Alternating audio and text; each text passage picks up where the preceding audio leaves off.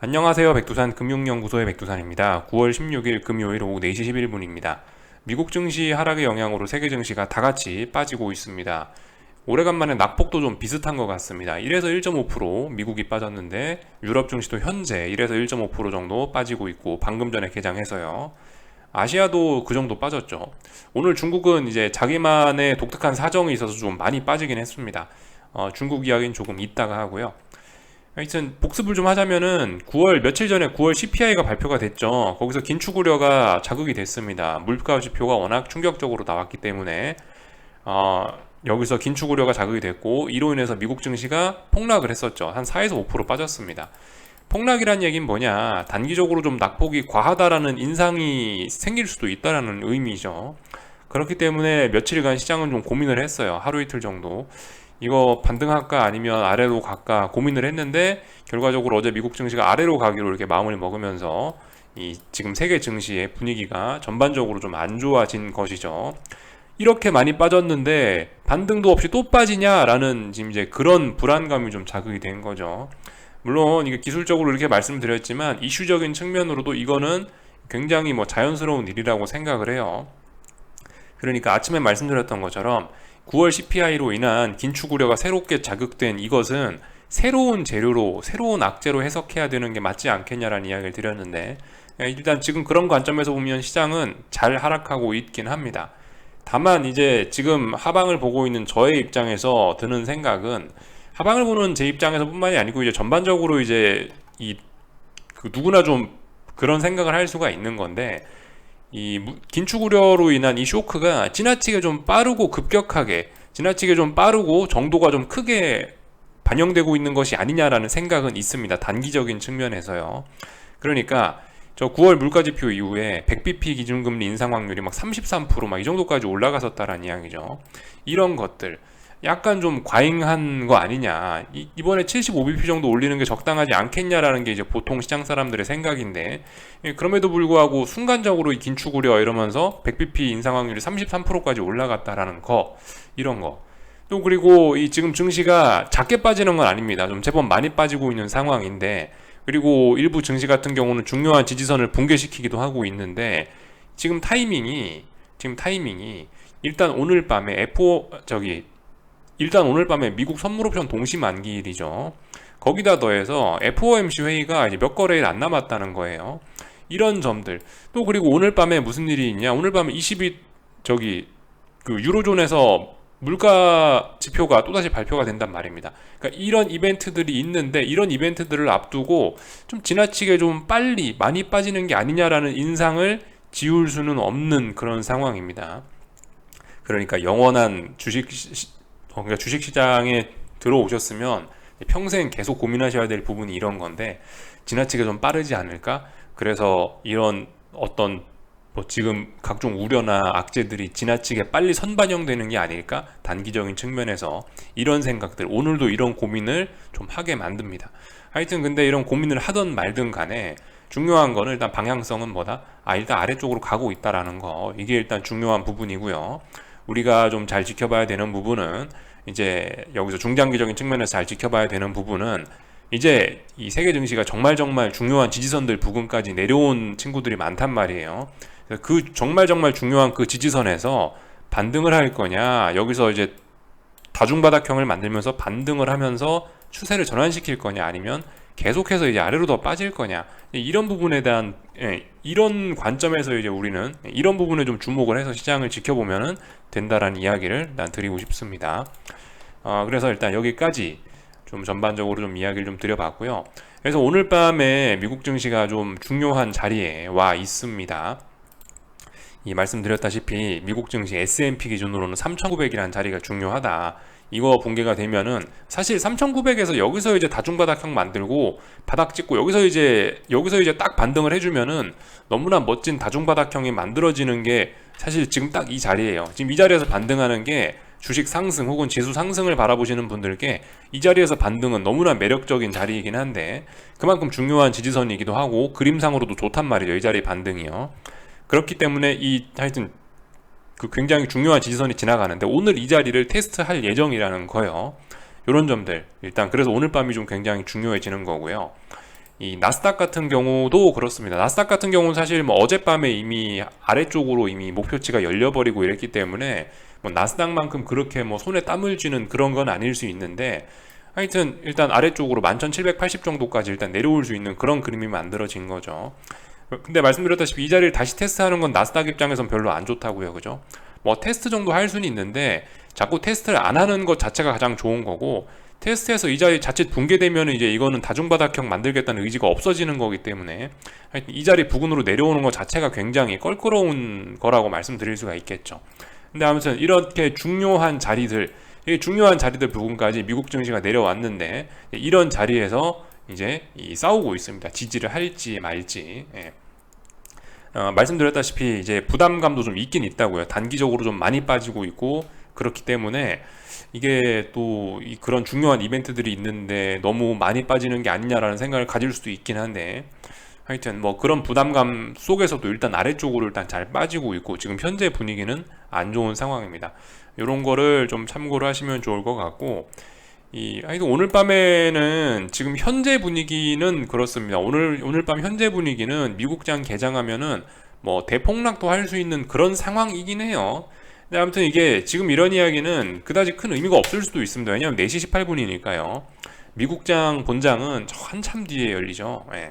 한참 뒤에 열리기 때문에 다만 이제 오늘 제가 지금 이제 급락 위험, 폭락 위험을 말씀을 드리는 거는 이런 것 때문에 그렇습니다. 빅스 때문에도 그래요. 물론 여러 가지 이유가 있지만 빅스 때문에 좀 더욱더 그런 겁니다. 빅스 지수가 27이라는 자리를 넘어가면은 27이라는 자리를 넘어가면 이게 좀 세상이 이제 좀 혼란스러워질 수 있다. 시장이 대폭락 나올 수 있다. 시장 변동성이 본격적으로 확대될 수 있다라고 이야기를 해드리고 있죠. 그래서 계속 며칠 전부터 27자리에 대한 저항 테스트를 잘 보자라고 말씀드리고 있는데, 근데 이게 웬걸 조금 전에 빅스가 이제 조금 전부터 이제 빅스가 산출되기 시작했는데 시장이 27.5란 말이에요. 현재로서는 지금 굉장히 좀 시장의 폭락 위험이 높아진 상황입니다. 27이라는 자리를 너무나 오랫동안 매물을 잘 소화를 했고요.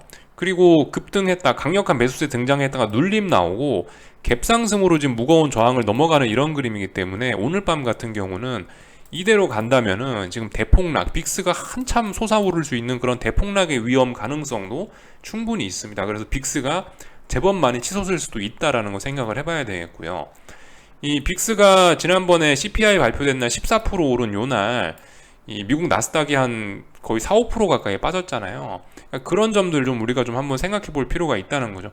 오늘 밤에도 자칫하면 그런 일이 일어날 수도 있다라는 거 좀 생각을 해봐야 되겠습니다. 네, 그래서 근데 어쨌든 지금 4시 19분, 4시 20분밖에 안 됐기 때문에 이 값이 얼마든지 내려올 수 있죠. 그죠?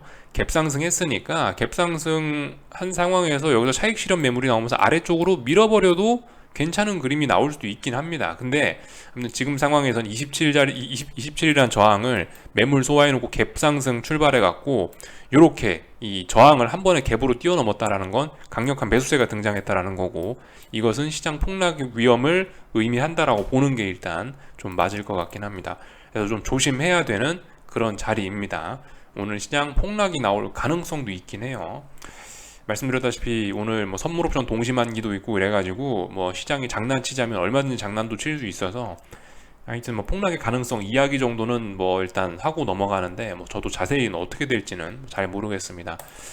다양한 이벤트들도 있고요. 말씀드렸다시피 유로존 CPI 발표도 조금 있다가 있는데 뭐 여기서 어떤 값이 나오면은 뭐 또 들었다 놨다 할 수 있겠죠. 그죠?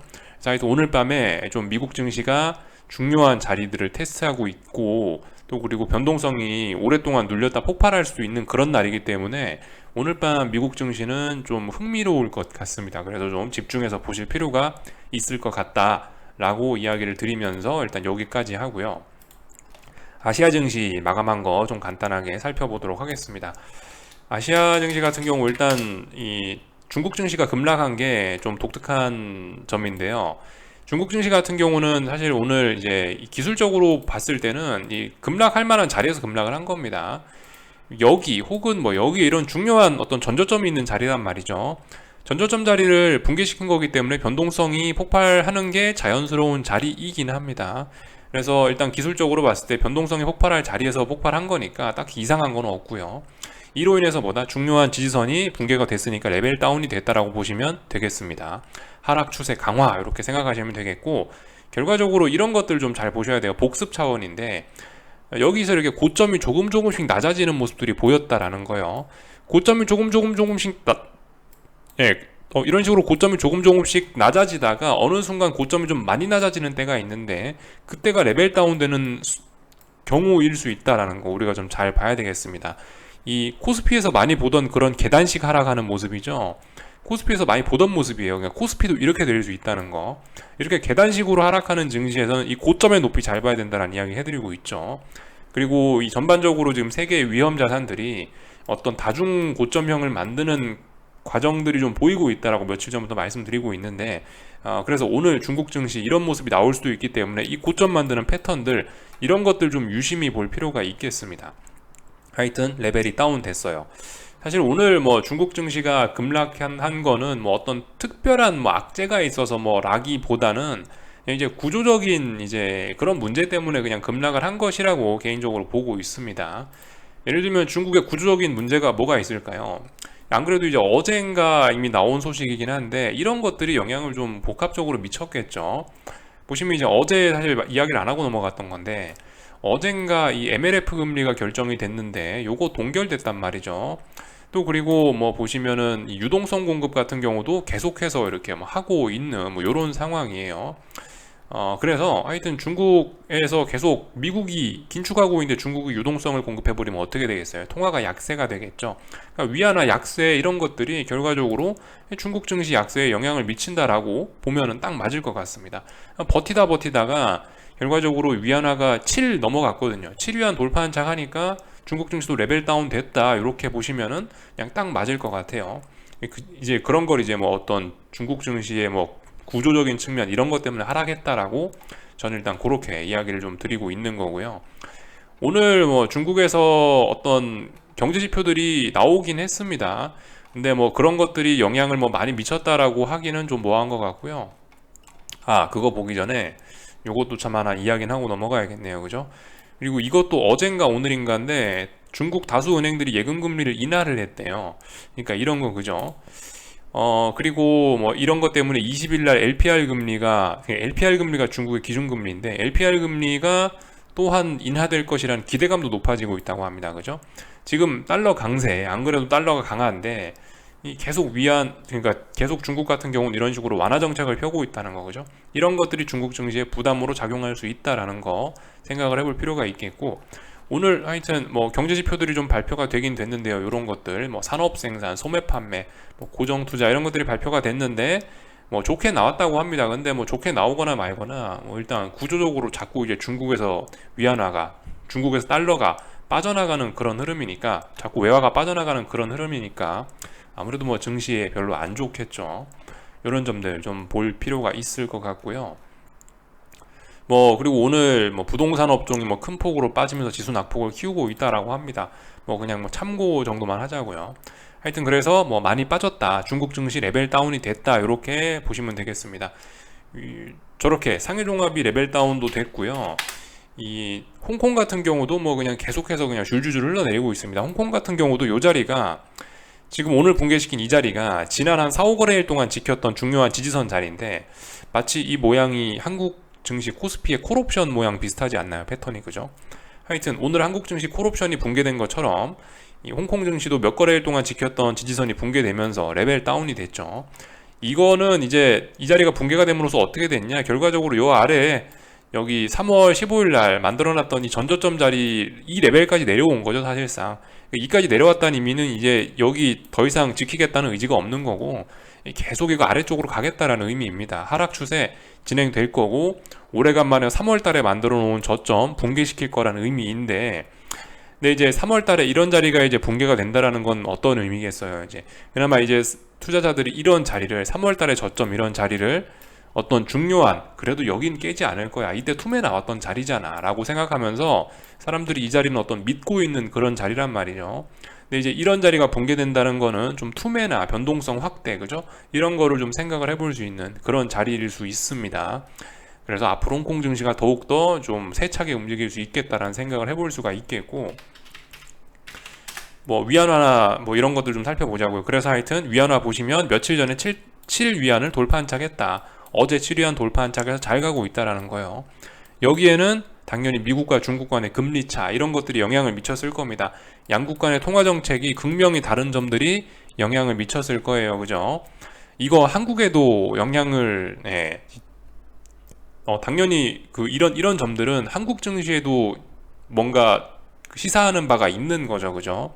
하여튼 중국 같은 경우 미중 금리차, 통화정책 차이로 인해서 계속해서 올라가고 있다. 드디어 7 넘어섰다. 잘 가고 있다. 레벨업 됐다. 그 정도 이야기 해드리면 될 것 같고요. 물론 이 위에 저항이 어딘가 있긴 있는데 저항들이 이제 좀 굉장히 좀 위에 있습니다. 하여튼 그래서 뭐 거의 신고가 영역에 해당하는 그 정도 수치입니다. 위쪽에 저항이 별로 없어요. 그래서 더 잘 오를 수 있다. 이렇게 봐주시면 괜찮을 것 같고요.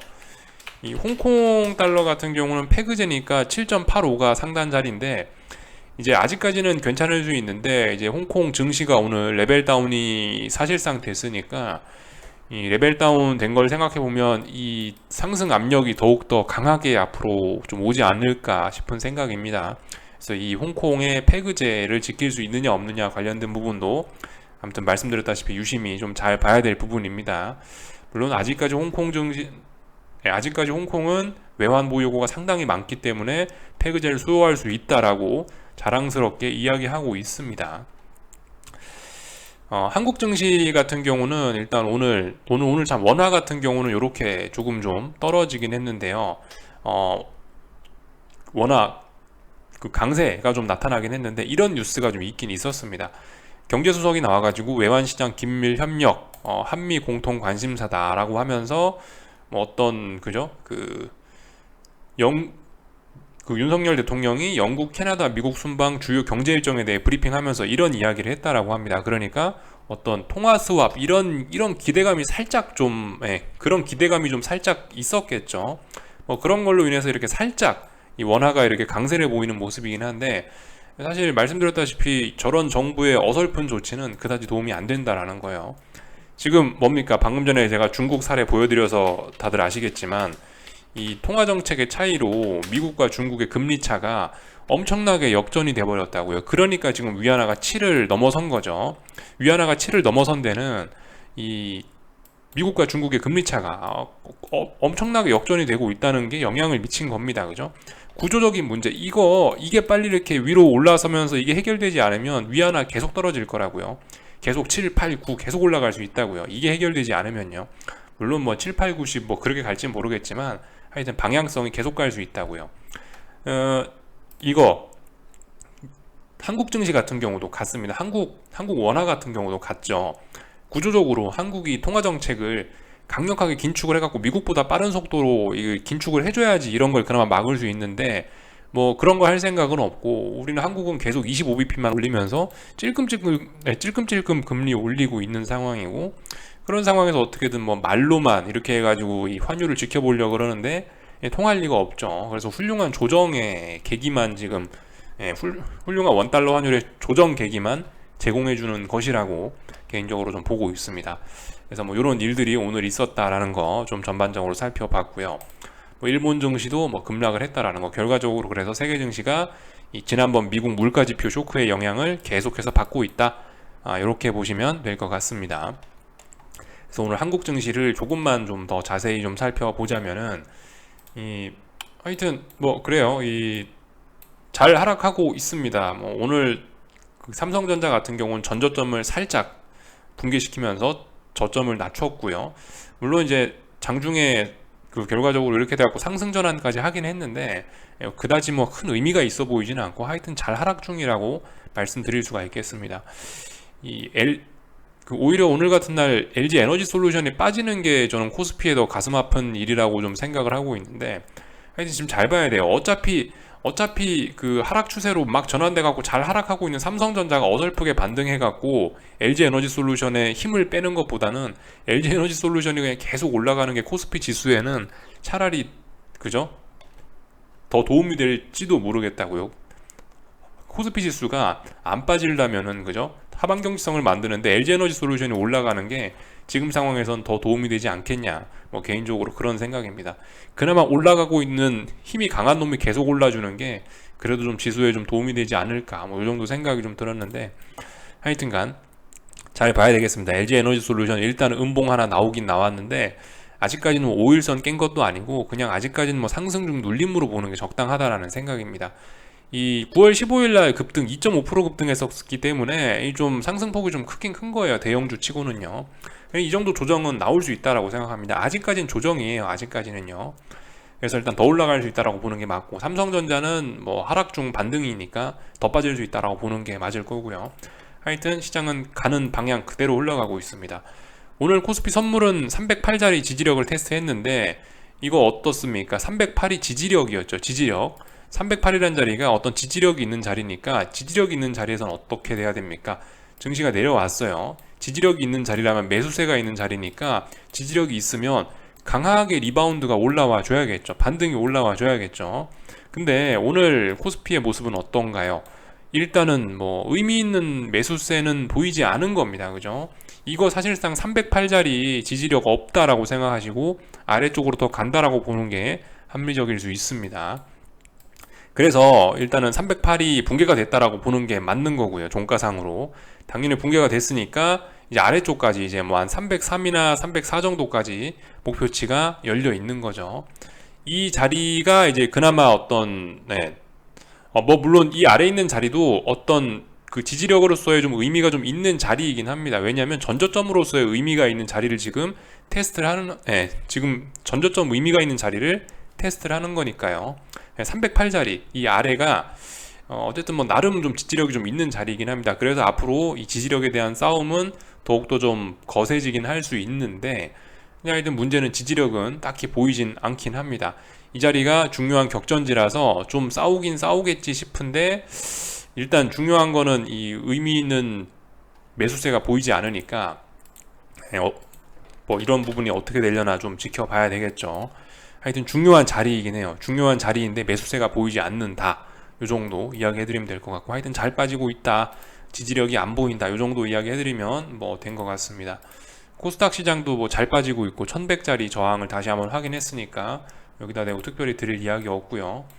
뭐 환율, 그죠? 원달러 환율 같은 경우 장 마감하고 뭐 그런 립 서비스가 나와가지고 이 강세가 나온 점이 여기에는 반영이 잘 되지 않았는데, 하여튼 원달러 환율 뭐 그러거나 말거나 일단 잘 올라가고 있다라는 거 보실 수가 있겠고, 오늘 1400원 터치는 했다, 이 정도 보시면 되겠죠. 그래서 뭐 전반적으로 아시아 증시 좀 점검을 했고 가던 대로 잘 가고 있다라는 거. 하여튼 오늘 밤에 중요합니다. 그죠? 오늘 밤에 뭐 다양한 이벤트들이 있고 뭐 그런 상황이라, 또 그리고 기술적으로 지금 빅스가 27을 넘어서냐 안 넘어서냐, 그게 지금 굉장히 중요한 부분이기 때문에 하여튼 오늘 밤에 좀 집중하실 필요가 있을 것 같긴 합니다. 나머지 뭐 특별히 드릴 이야기는 없는 것 같고요. 하여튼 유로존 CPI 좀 잘 보자고요. 이것 때문에 달러가 어떻게 움직이냐에 따라서 시장이 또 들쭉날쭉 할 수 있겠죠. 요까지 하겠습니다. 궁금한 거 리플 남겨주시고 한 주간 수고들 많으셨고요. 또 다음 주에 뵙도록 하겠습니다. 여기서 마치겠습니다.